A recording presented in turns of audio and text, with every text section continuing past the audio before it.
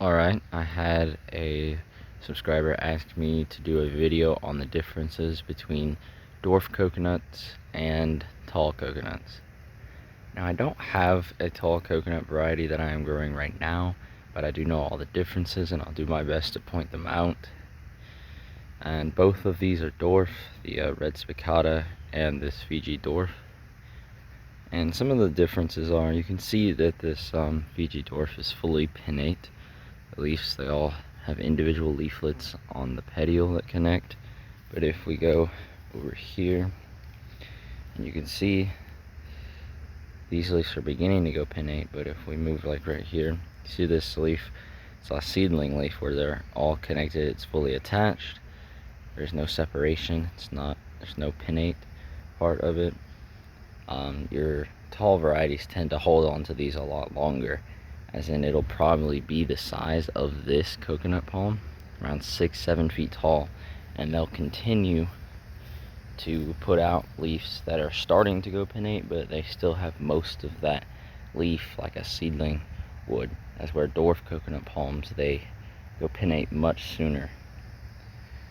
And another thing is your tall varieties, they take a longer time to bear coconuts, around 6 to 10 years.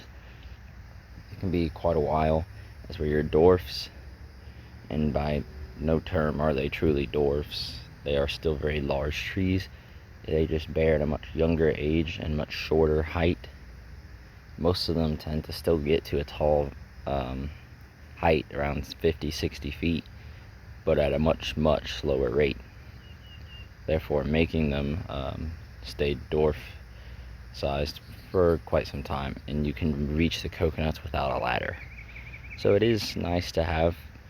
And your tall varieties, they do benefit from, they probably can give larger yields and the lifespan is longer, but the dwarf is more convenient for harvesting coconuts.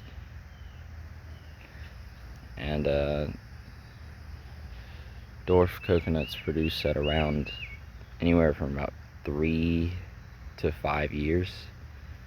Although the Fiji dwarf, I've even heard of it taking up to 6 to 8 like a tall coconut. I have a Fiji dwarf because they stay very short for a long period of time, and they tend not to get very tall. Their max height, they're maxing out around 25 feet. And it takes a very long time to get there.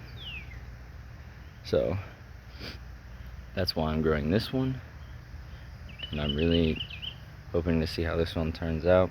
As for the red spicata, that thing it'll probably get to this size quickly, and it probably will even produce before my Fiji dwarf.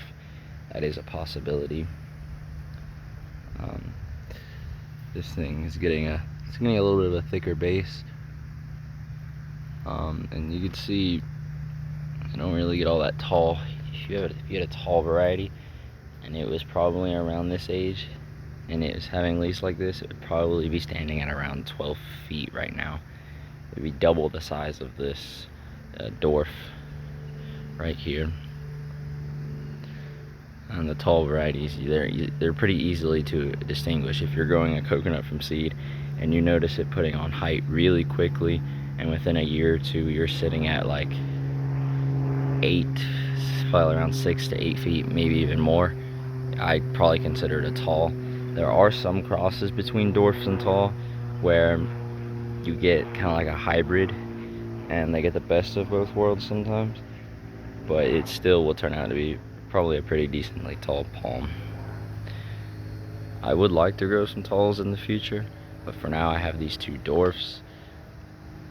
And if you have any more questions about the differences between tall and dwarfs, comment down below.